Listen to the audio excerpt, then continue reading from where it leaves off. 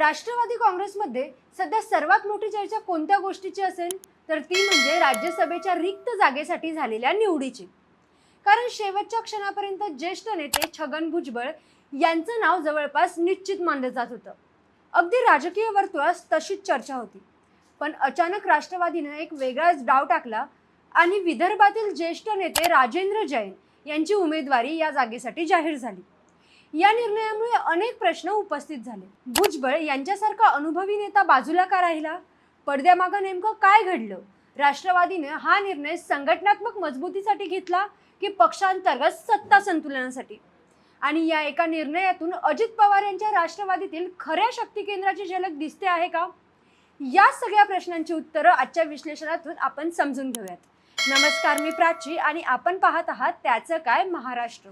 मंडळी, सुनेत्रा पवार यांनी उपमुख्यमंत्री पदाची जबाबदारी स्वीकारल्यानंतर राज्यसभेच्या खासदारकीचा राजीनामा दिला आणि त्यामुळे त्यांची एक जागा ही राज्यसभेत रिक्त झाली। राज्यसभेच्या या जागेवर कोणाची वर्णी लागणार याकडे संपूर्ण राज्याचं लक्ष लागलं होतं।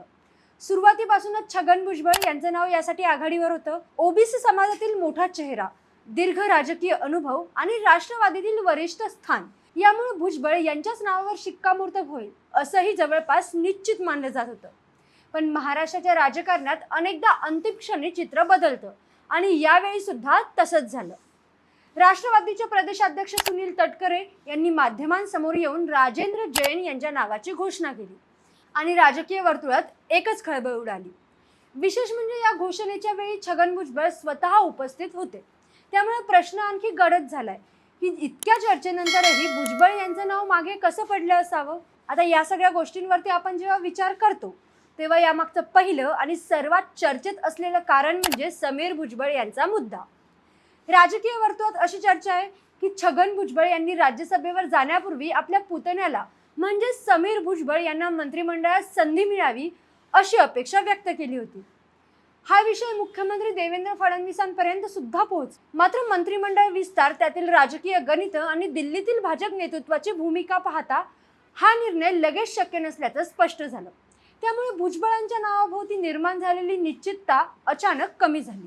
आता राजकारणात काय होतं ना की अनेकदा व्यक्तींपेक्षा समीकरणं ही मोठी होतात आणि इथेही अगदी तसंच झाल्याचं दिसतं बघा।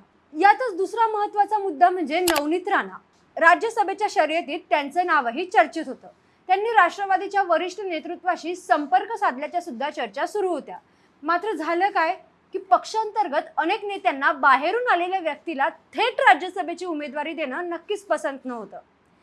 आधीच काही नव्या चेहऱ्यांना संधी दिल्यानंतर पुन्हा एकदा पक्षाबाहेरील व्यक्तीला महत्त्व दिलं तर जुन्या कार्यकर्त्यांमध्ये नाराजी होणं अगदी साहजिक आहे। अशी भावनाही नक्कीच उफाळून येऊ शकते आणि तशीच भावना होती।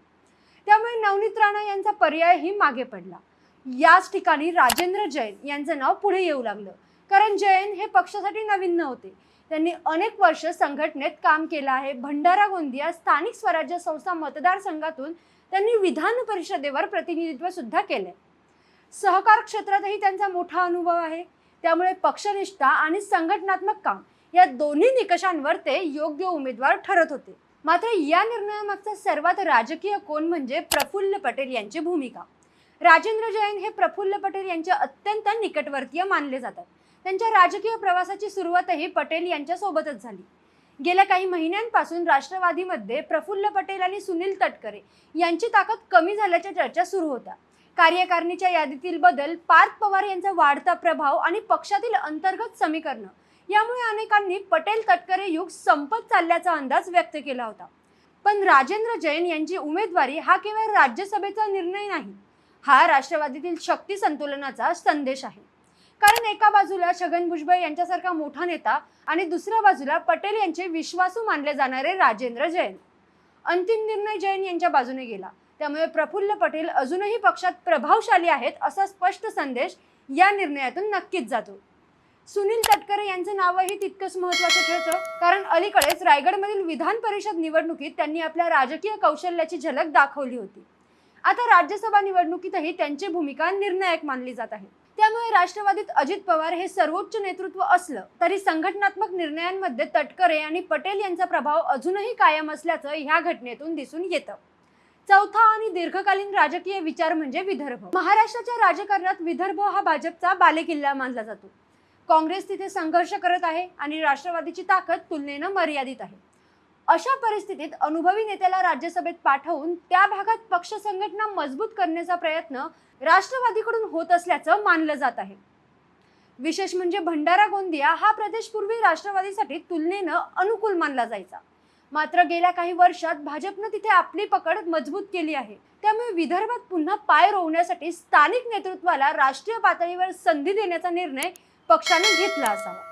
म्हणजेच हा निर्णय केवळ एका व्यक्तीचा नसून भविष्यातील संघटनात्मक गुंतवणुकीचाच भाग आहे असं आपण नक्कीच म्हणू शकतो. आता याच मध्ये आणखी एक महत्त्वाचा संदेश दडलेला आहे. अजित पवारांच्या राष्ट्रवादी समोर सध्या सर्वात मोठं आव्हान म्हणजे पक्षनिष्ठ कार्यकर्त्यांना टिकवून ठेवणं. अनेकदा निवडणुकांमध्ये पक्षांतर करणाऱ्यांना किंवा मग बाहेरून आलेल्या नेत्यांना संधी दिली जाते. अशी टीका पक्षावर नेहमीच होत असते. अशा वेळी जुन्या आणि संघटनेशी जोडलेल्या कार्यकर्त्यांना नेत्यांना राज्यसभेची संधी देऊन राष्ट्रवादीने आपल्या कार्यकर्त्यांना एक सकारात्मक संदेश देण्याचा प्रयत्न यातून नक्कीच केला असावा. पण या संपूर्ण प्रकरणात छगन भुजबळ यांचा प्रश्न अजूनही संपलेला नाही. कारण भुजबळ हे केवळ एक मंत्री नाहीयेत, तर महाराष्ट्रातील ओबीसी राजकारणातील चेहरा आहे आणि तो सुद्धा अगदी प्रभावी. त्यानंतर राज्यसभा न मिळाल्यामुळे त्यांच्या समर्थकांमध्ये काही प्रमाणात नाराजी निर्माण होण्याची शक्यता नक्कीच नाकारता येत नाही. आगामी स्थानिक स्वराज्य संस्था निवडणुका आणि विधानसभा राजकारणाच्या पार्श्वभूमीवर राष्ट्रवादीला या नाराजीचं व्यवस्थापन नक्कीच करावं लागणार आहे. आता याचबरोबर महायुतीच्या अंतर्गत राजकारणाकडे सुद्धा लक्ष द्यावं लागेल. कारण राष्ट्रवादी, भाजप आणि शिवसेना शिंदे गट यांच्यातील जागा वाटप, मंत्रिपदाची समीकरणं आणि नेतृत्वाचे पुढील काळातील प्रश्न अधिक महत्त्वाचे ठरणार आहेत.